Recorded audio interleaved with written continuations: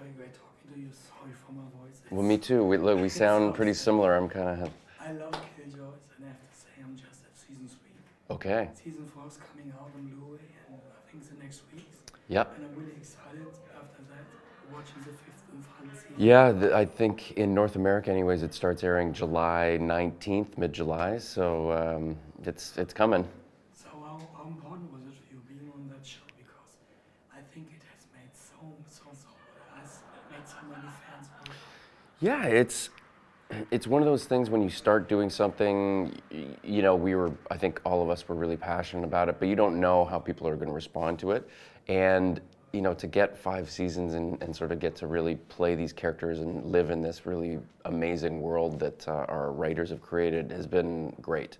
And also, unlike a lot of shows, specifically sci-fi shows, we got the chance to end, like know that we were ending.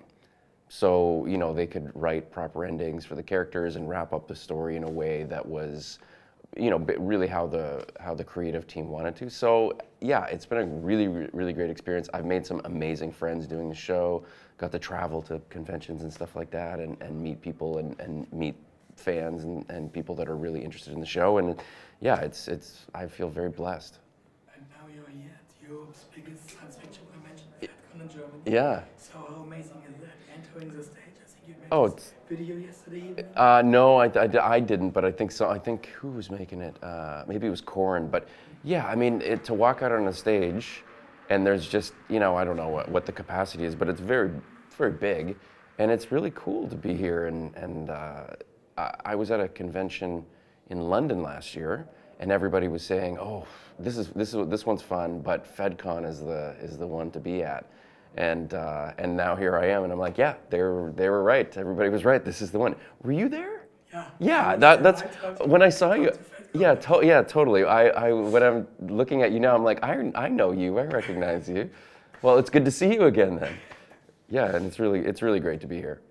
And I love all these behind-the-scenes memories. Maybe you have some nice bloopers, some nice cutting-out scenes, some things that happen behind the cameras that we don't see on screen from Killjoys. Well. We definitely have a lot of fun. I don't know. I wonder if they'll put out on the Blu-rays and stuff. Do they do like a blooper reel and stuff like that? I think on the last 2 seasons, not. No, but they should. I'd love to see that. I know. I know that. I think why they don't is that there's a lot of cursing, bad words and stuff. Maybe so that's maybe why they stay away from that. But the one thing that we always have a lot of fun doing is that Hannah and Luke are both incredible singers. So we're always, and I'm like terrible singer, but it doesn't matter. We like to have fun. And especially in the first 2 seasons, Hannah would kind of write these songs about like the show or the worlds, and we would just sing these silly, bizarre songs. So I wonder if maybe somewhere like they have all that material somewhere, and maybe they'll release it at some point. Maybe season 5, they'll put together like a really fun blooper reel or something like that.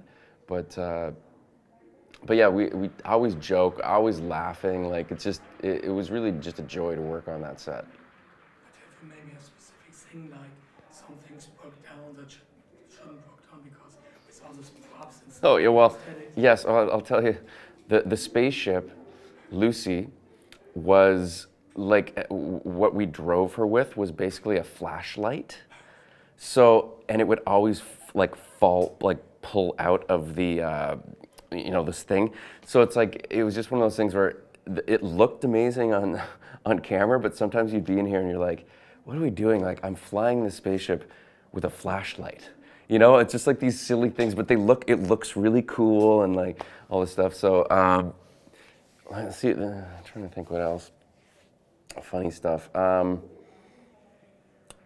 I'm trying to think of, like, to be honest with you, it's been a year since we've shot, and you know, you move on to other things and whatever, but things are starting to come back to me a little bit because we are, like, I'm having to think about season 5 and, like, you know, we're going to be promoting it and stuff like that, and I'm like, oh yeah, like it's so weird to be done the show but still have a full season to air, like, at this point. So my brain is sort of like getting back into Killjoys mode, and I'm like, Oh yeah, what happened in season 5? I'm kind of glad I don't remember what happened in season 5 right off the top of my head, because then I can't spoil things too much, which is good.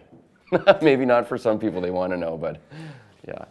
Did you have the chance maybe taking something from the set? Yeah, when we wrapped, I asked to have my jacket, because we all had these really cool custom-made Killjoys jackets, and I also took my holster and my gun.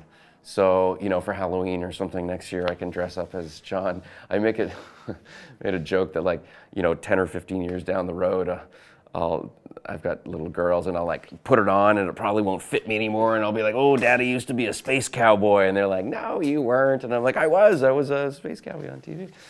So I did get my full costume, which was awesome, because the details and stuff that they put into it were incredible, and that's sort of like, that was like our uniform in a way. Like, you know, I always felt very comfortable to put the jacket on and put the holster on. So yeah, I took that home with me, and I think that that's about it. They did auction off a bunch of stuff to different, I think maybe for charities and stuff like that, but I was happy to just have my costume. And one last question, because in the last years, I love sci-fi since I was a kid. But in the last years, you see even more sci-fi series coming up. Yeah. And everyone is successful than the other one, because you see so many more people are attracted to sci-fi, especially girls and kids. So Yeah. what did you think? Why are so many people now in 2019 are this huge sci-fi fandom? Yeah, I mean, I think that's an excellent question. I don't know the exact answer why sci-fi has grown and grown and grown, but obviously, you know, there's an element of escapism, I think, that is in sci-fi that is not in other television. So I think that that's a huge part of it. I think, yeah, you know, that's an excellent question. I'm not sure, but I do know that obviously the quality of television and what they're able to do with special effects now and that is incredible, and that might have something to do with it too, where it's like people really respond to the technology and what like, you know, the quality of things like is incredible now, and I think that that's probably a big deal. The same with like the comic book movies, what they can do through digital stuff, you know, to sort of be true to maybe some of the source material that they wouldn't have been able to do in the 80s without the technology. So maybe it's as simple as that. Just, you know, with technology, you can make space look incredible, and people respond to that. Thank you very much. Thank you.